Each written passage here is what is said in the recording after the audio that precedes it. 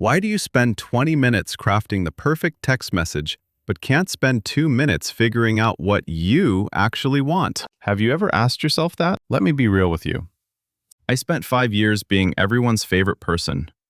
I was the guy who always said yes, never rocked the boat, made sure everyone around me felt comfortable. And you know what I got for it? Exhaustion, resentment, and the creeping realization that nobody actually knew who the hell I was because I was too busy performing to ever show them the real me. Here's the thing about people-pleasing that nobody wants to admit. It doesn't actually please people. Think about it. Who do you respect more? The person who constantly agrees with everything you say, never challenges you, always accommodates your every whim, or the person who tells you the truth even when it's uncomfortable, who shows up as themselves, who has the courage to disagree with you? Exactly. You respect the real ones, not the agreeable ones. But we've been sold this idea that being nice means never making anyone uncomfortable, that keeping everyone happy is the same as caring for them. That's complete bullshit. What you're really doing is robbing people of the chance to know and love your real self. You're performing a role instead of living a life. And that performance? It's draining the hell out of you. Right now, you probably have at least 3 situations where you're saying yes when you mean no, where you're smiling through frustration, where you're agreeing when you actually disagree. I did that for years. Spent 20 minutes crafting the perfect text to avoid any possible conflict, but couldn't spend 2 damn minutes asking myself what I actually wanted for lunch. That's not kindness. That's cowardice disguised as consideration. Here's what I realized after wasting all those years trying to be everyone's favorite person. People-pleasing is actually a form of manipulation. Wait, what? Yeah, when you accommodate everyone, when you never share your real opinions, when you're constantly seeking approval, you're not being generous. You're trying to control how people see you. You're trading your authenticity for their validation. I'll make you comfortable if you approve of me. I'll agree with you if you like me. I'll sacrifice what I want if you stay with me. See the transaction? That's manipulation, and everyone can sense it, even if they can't name it. Authentic people? They're not trying to get anything from you. They're complete in themselves. They show up as they are, share from abundance, and trust that the right people will appreciate that. It's terrifying because it requires actual courage instead of just being agreeable. But here's the paradox that's going to flip everything you think you know about being a good person. When you live authentically, when you prioritize yourself first, you automatically serve others better. I know that sounds backwards. Stay with me. Think about the people who've had the biggest positive impact on your life. Were they trying to please you? Constantly seeking your approval? Molding themselves to fit what you wanted? Hell no. They were being themselves. The teacher who changed your perspective wasn't performing for your approval. The friend who told you hard truths wasn't seeking your validation. The person who inspired you to be better was living from their authentic center. Here's the shift. It's like the difference between a flashlight with dying batteries desperately trying to light up a room versus a fully charged one that effortlessly illuminates everything around it. When your battery is at 2%, you have nothing real to give. You end up giving from resentment, obligation, desperation, not from genuine abundance. And isn't that exactly what happens? You charge your phone every single night, without fail, but you run yourself on 2% emotional battery, and then wonder why you're irritable, exhausted, and resentful with everyone around you. The Cup Overflow Principle. This changed everything for me. Fill your own cup first, so it naturally overflows onto the people you love. When your cup is empty, you're forcing yourself to pour out what you don't have. That's not sustainable. That's not generous. That's just slow-motion burnout. I learned this the hard way. For years, I sacrificed my needs, my boundaries, my energy, all in the name of being a good person. And you know what happened? I became a worse person. Resentful, bitter, passive-aggressive, exhausted. The people who truly love you, they don't want you sacrificing yourself for their temporary comfort. They want you thriving. They want your cup full so you can show up as the best version of yourself. And if someone in your life gets upset when you start taking care of yourself, that tells you everything you need to know about what they actually value in the relationship. They don't want you. They want what you do for them. Notice how much better you treat everyone when you've had enough sleep, eaten well, done something you genuinely enjoy. Self-care isn't selfish. It's responsible preparation for showing up authentically in relationships. But here's where it gets interesting. When you stop people-pleasing and start being authentic, Something shifts in your energy. You become magnetic, not because you're trying to be attractive, but because you're no longer needy, demanding, desperately seeking validation from everyone around you. You're just genuinely yourself, comfortable in your own skin. And that confidence? Absolutely magnetic. People pleasers actually repel others because there's this underlying transaction that everyone senses. You can feel it when someone is performing for your approval. It's exhausting to be around. But authentic people? They're not trying to extract anything from you. They're not an emotional drain. They're an emotional contribution. You actually want to be around them because they're real. Think about the people you most enjoy spending time with. They probably aren't constantly seeking your approval, right? They challenge you. They have opinions. They're comfortable disagreeing with you. We're attracted to people who seem comfortable in their own skin. Yet we spend most of our time trying to climb out of ours. Connect the dots. Now here's the permission slip you've been waiting for. And I need you to actually hear this. You have complete permission to be yourself, not the version others want, the real, beautifully imperfect you. Most people wait their entire lives for someone else to give them permission to have preferences, opinions, boundaries. But here's what nobody tells you. You're the only one who can grant that permission. You're the authority over your own life. You decide what you like, what you value, how you spend your time. That's terrifying because it means taking responsibility, but it's also incredibly freeing. We'll research restaurants for 20 minutes, but pick entire life paths because they sound nice to other people. What if you made decisions based on what's actually true for you? This doesn't mean becoming inconsiderate or selfish. It means becoming genuinely considerate, considering your authentic self as part of the equation, not just everyone else. When you honor your true self, you can show up authentically instead of performing a role that nobody asked you to play. Here's what happened when I finally started setting boundaries. People got upset. Relationships ended. I felt guilty for months, and nobody prepared me for that. Everyone talks about setting boundaries like it's some gentle act of self-love. Screw that romanticized version.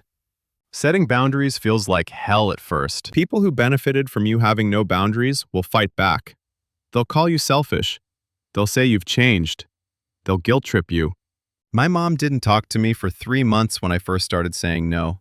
Friends dropped me because I wasn't fun anymore, which really meant I wasn't convenient anymore. But here's what I learned. Boundaries aren't walls. They're bridges to deeper connection. When you clearly communicate your limits and needs, you eliminate the guesswork in relationships. Instead of people wondering what you're thinking or feeling, they know where they stand.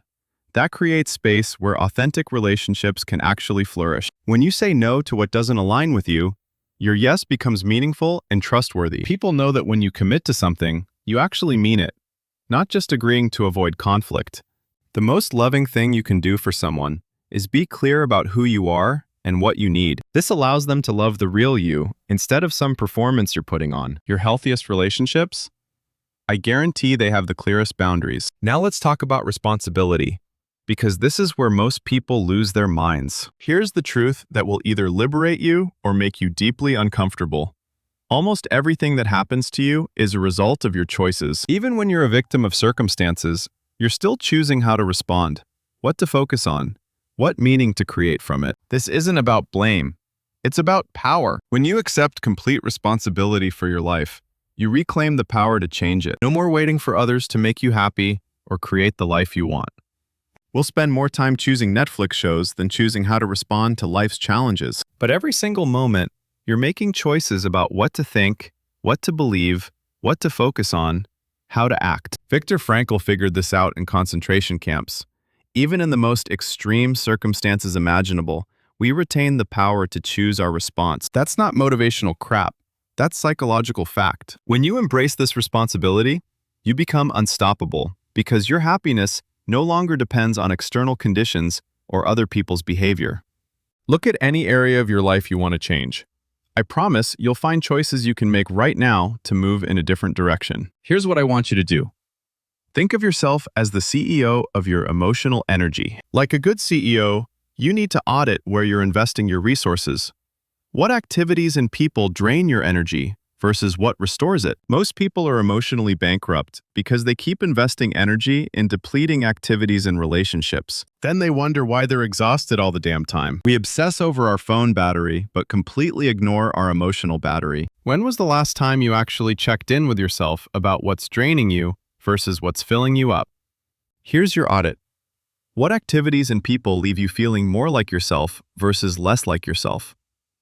What restores your authenticity versus makes you feel like you're performing? Living authentically means being strategic about where you invest your emotional resources. You can't pour from an empty cup. You can't give what you don't have. This isn't selfish, it's sustainable. When you feel drained, ask yourself, what am I afraid of right now? What am I trying to control? Usually, emotional drain comes from trying to control things completely outside your influence, like other people's opinions, reactions, feelings. Your body is constantly giving you information about what aligns with your authentic self. That tightness in your chest when you say yes but mean no, that's data. Pay attention to it. Now I need to talk about communication, because this is where authenticity either thrives or dies. The skill that transforms every relationship. Speaking your truth with love and respect. Most people think they have to choose between being honest and being kind. That's garbage. Authentic communication is both. It's honest and kind. Here's the framework. Know your truth. Speak it with care. Let others have their reaction without trying to control it. That last part, that's where everyone screws up. You finally speak your truth. Someone gets upset, and you immediately backtrack and apologize and try to make them feel better. Stop doing that. Let people have their reactions.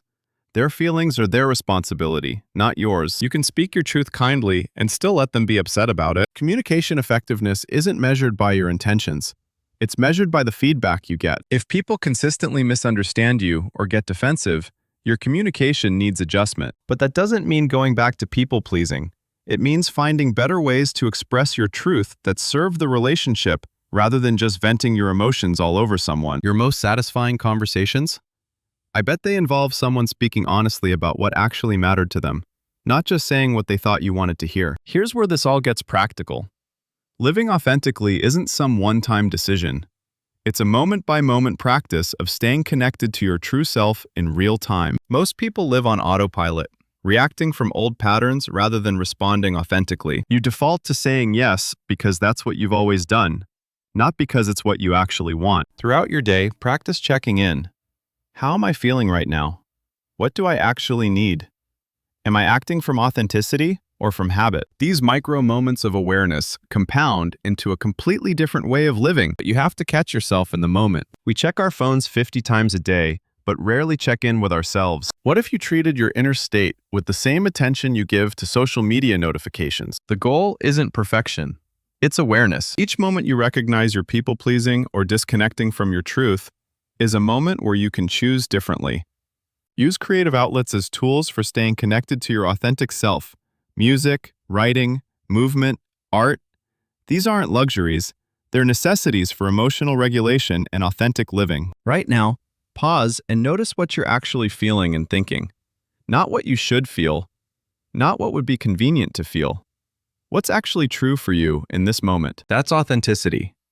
That simple act of noticing and honoring what's real for you. Here's what happens when you commit to living authentically. Your authenticity creates a ripple effect that touches everyone around you. By being genuinely yourself, you give others permission to do the same. You model what courage looks like. You show them it's possible to be real instead of perfect. Your unique mission, whatever you're here to contribute to the world, can only be fulfilled through authenticity. The problems you're meant to solve, the people you're meant to reach, the contributions you're meant to make. None of that happens if you're busy being someone else. Living for yourself paradoxically becomes the greatest gift you can give to others. When you fill your cup first, you have something real to pour out. When you honor your truth, you show others what courage looks like. Listen, growth comes from discomfort. Authenticity requires courage. The discomfort of setting your first boundary, of saying no, of disappointing someone, that's temporary. But the regret of spending your entire life performing for people who never knew the real you, that lasts forever. You are here for a reason. Your specific combination of experiences, perspectives, strengths, and struggles creates value that only you can bring to the world. Stop waiting for permission from people who are never going to give it.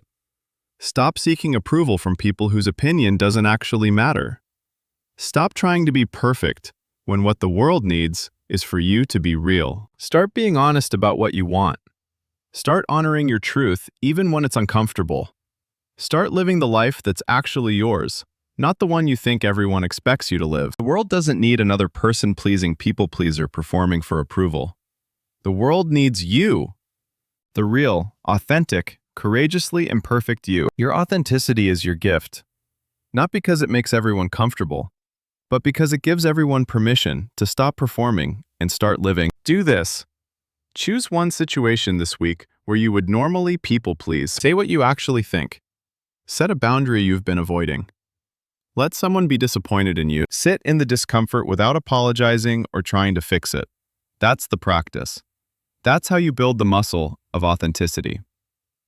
It's going to feel terrible at first. People will get upset. You'll feel guilty. That voice in your head will scream that you're being selfish. Good, that means you're doing it right. That discomfort is decades of conditioning being challenged. Sit with it. Don't run from it. Because on the other side of that discomfort, freedom. Real relationships built on honesty instead of performance. A life that's actually yours. Stop performing. Start living. The real you is worth knowing.